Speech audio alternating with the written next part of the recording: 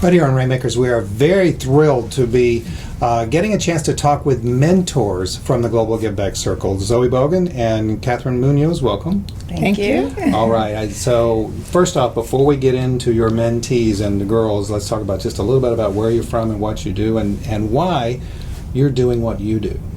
Well, my name is Zoe Bogan, and I'm from New York, and I work with KPMG in the Resource Management Department.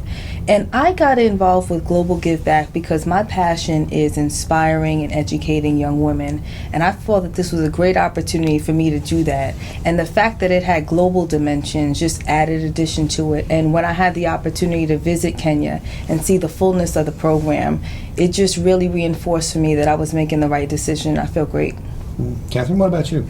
I too am a member and employee of KPMG LLP, and we, Zoe and I, participate in a diversity program called KPMG's Network of Women, of which the acronym is KNOW.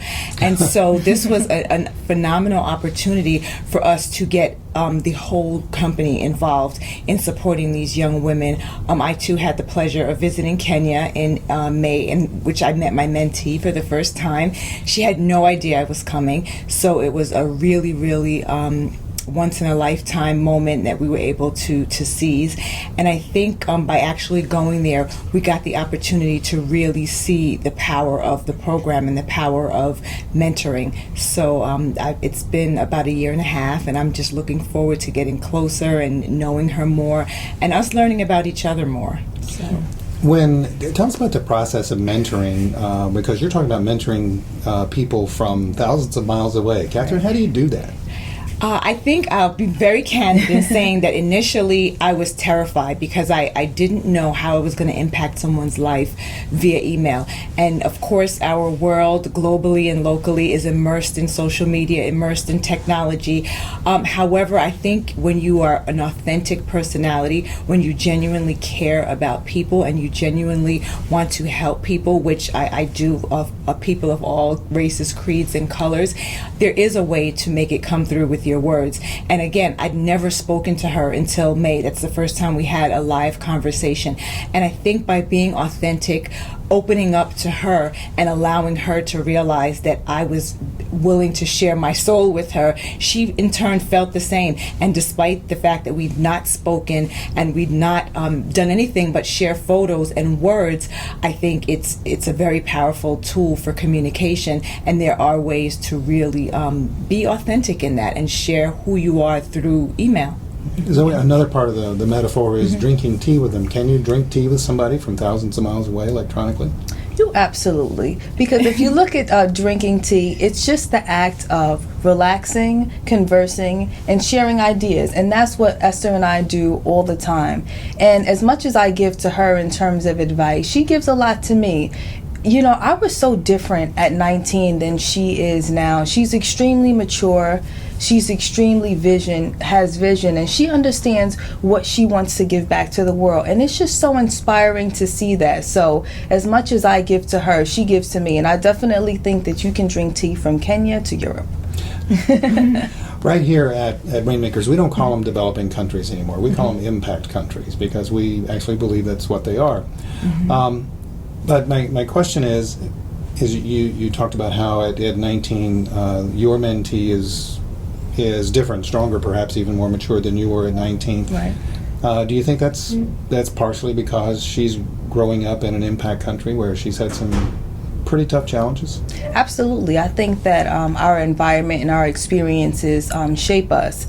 And although maybe coming out your environment may not be the best, if you take it and learn the lessons, you can probably develop into a stronger person. And that's what she's doing. A lot of the times you have to go through adversity to see, you know, what you're made of, what you can do, what you can push through. And she is at a great starting place, more so than other students or people of her age. And I'm just so proud of her. So absolutely. Tell us about your mentee. So Joyce, and I think I was speaking about it a little bit earlier, she is very strong-willed. She's very close to her family, and she feels a great sense of pride and commitment to her family.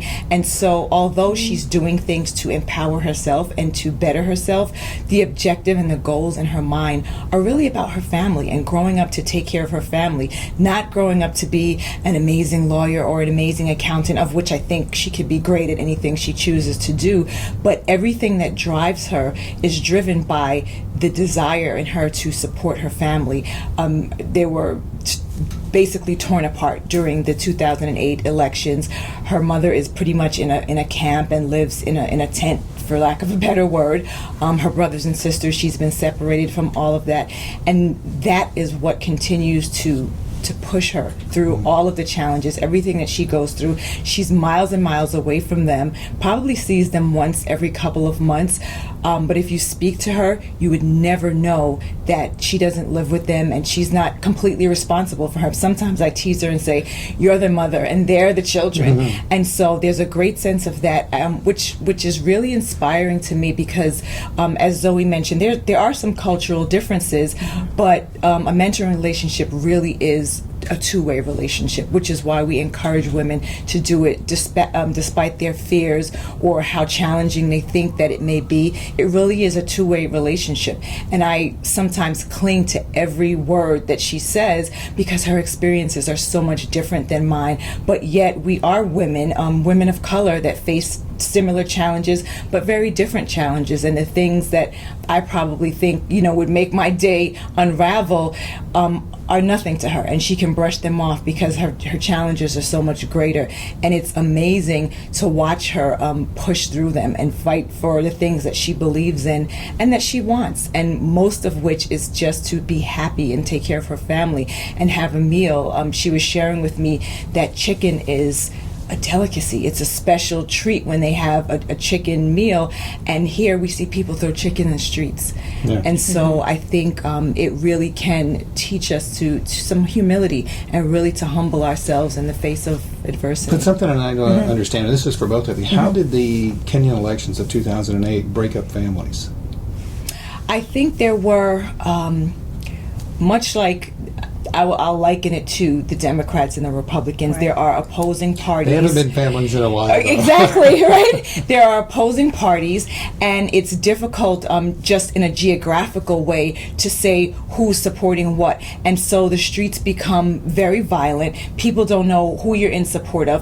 They have, thugs and gangs, and people may just come and approach you and ask you a question, and you say the wrong thing, and there you go. And so rather than huddle together, I almost feel like it was a means of survival, because those families that did try to stay together were ripped apart, because that's how politically unrest it was during those times. And so I think the thought process was that if we disperse and all go in separate directions, an opportunity exists for us to come back and be together one day, which is unfathomable to me living here, because our politics are what they are, but rarely do we see it escalate to that level. Right. And we had the ability, when we were in Africa, one of the directors at one of the school, Blessed Generation, spoke to that specifically, and she said as a result of the elections and the turmoil, they found a lot of students in their care without families. So they were raising all these kids, and it was one kid in particular, and his name is Vincent. Yeah. And he is just like so cute, but his he lost his parents during that period, and they just had a lot of kids like that, aged from 2 to 6, even up until their teens. So you actually saw the effects of what happened during that period. Yeah. You got to go to Kenya. We did. I bet that was pretty exciting for you. Awesome. Yes. Tell us about that. Tell us about when you got off the plane, you first met your mentee. What that was about. It was really interesting because now we had our event at our organization, KPMG, in January, and they told us about this event in May, and we were like, oh, that sounds interesting, but we probably don't have the time, we just can't do it. Okay, well, fast forward 3 weeks, and we said, you know what, let's try and go. And Margie and Linda were saying, you guys really have to go, and we're going to say we're going to try and go, so we go.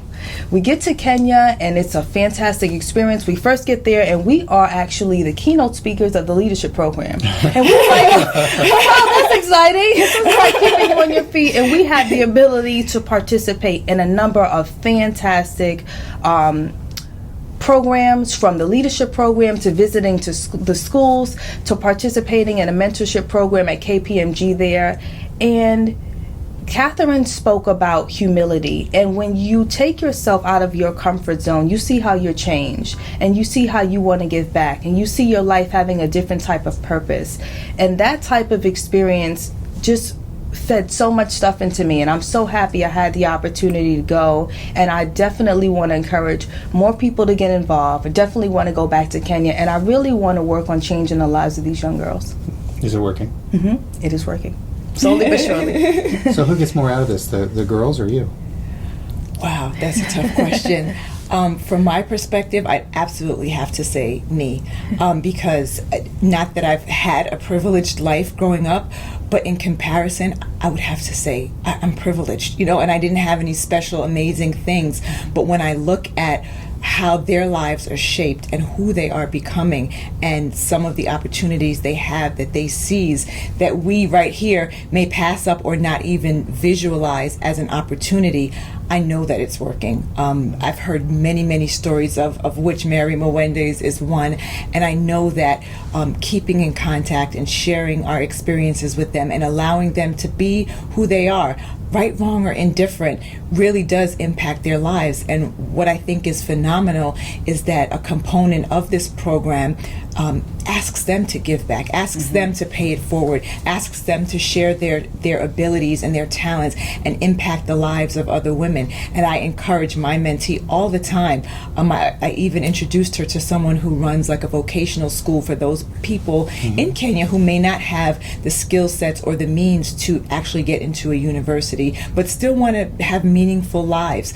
And she shares her time and her talents with them, which I think is phenomenal. And I think it really rounds them as human beings, because that's what it's all about. We have to selflessly help others anytime we have an opportunity to. There is something that, and it's a big part of CGI this year, and it's about girls marrying early, whether it's culturally required of them or not. And we've had a lot of stories about girls in Kenya essentially being put into forced marriages at age 15, 14, and having several children before they're 19. Do your mentees talk with you about that? Do they say that that's not what the life that we want? Fortunately, our mentees have not had that experience, and I think many of the girls surrounding them have not had that experience. But I think that sexuality is a big part of Kenya, and it's a big part of what a lot of these girls are going through. And I'll give you an example. We visited one of the schools, and in the library there was a sign that said, "What to do if you get raped." And we were so alarmed by that, because you think you're in high school, you're learning, you're so carefree, you're so innocent. And the fact that you would have to deal with that possibility at that young age, it was troubling. So while they may not have been going through that issues, there's definitely certain things they are going through and things that we need to address. For the many people that are going to be watching this, what could you tell them who may want to say, I could probably be a mentor too? What would you tell a woman who would be thinking about this? I would say, do not be held or bound by any fears that it can't be done, because it's thousands of miles across. And I think regardless of what your experience is, where you've grown up, how you've grown up, every one of us has something to offer, and every one of us has an experience that we can share that can impact the lives of others.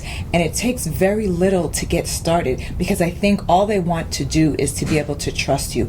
And by sharing a little piece of yourself, and I think it just comes naturally that you begin to want to share more and more. But the moment you let them know it's okay, you can trust me, I'm not going to harm you, I'm not going to throw back, regurgitate anything that you share with me and make you feel in any way bad about yourself, but I'm here to empower you. I want to help you. I want your life to be as meaningful as you want it to be. I think we all have that opportunity. I think anyone who wants to be a part of the program has that opportunity, and just by one girl, it changes your life. It really does. I think that you can look at the world in a certain singular motion, and it starts with the world, and then your country, your community, your family, and you. If you see something in the world that you want to change, start with yourself. And Catherine and I started with ourselves, and we said, you know what?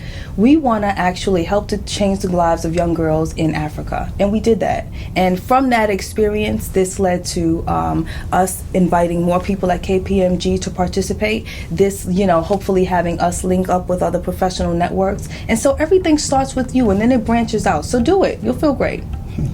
So changing the world from thousands of miles away. Be sure to watch some of the other interviews that we've done with people from the Global Give Back Circle, and you're going to be very, very impressed, as we were.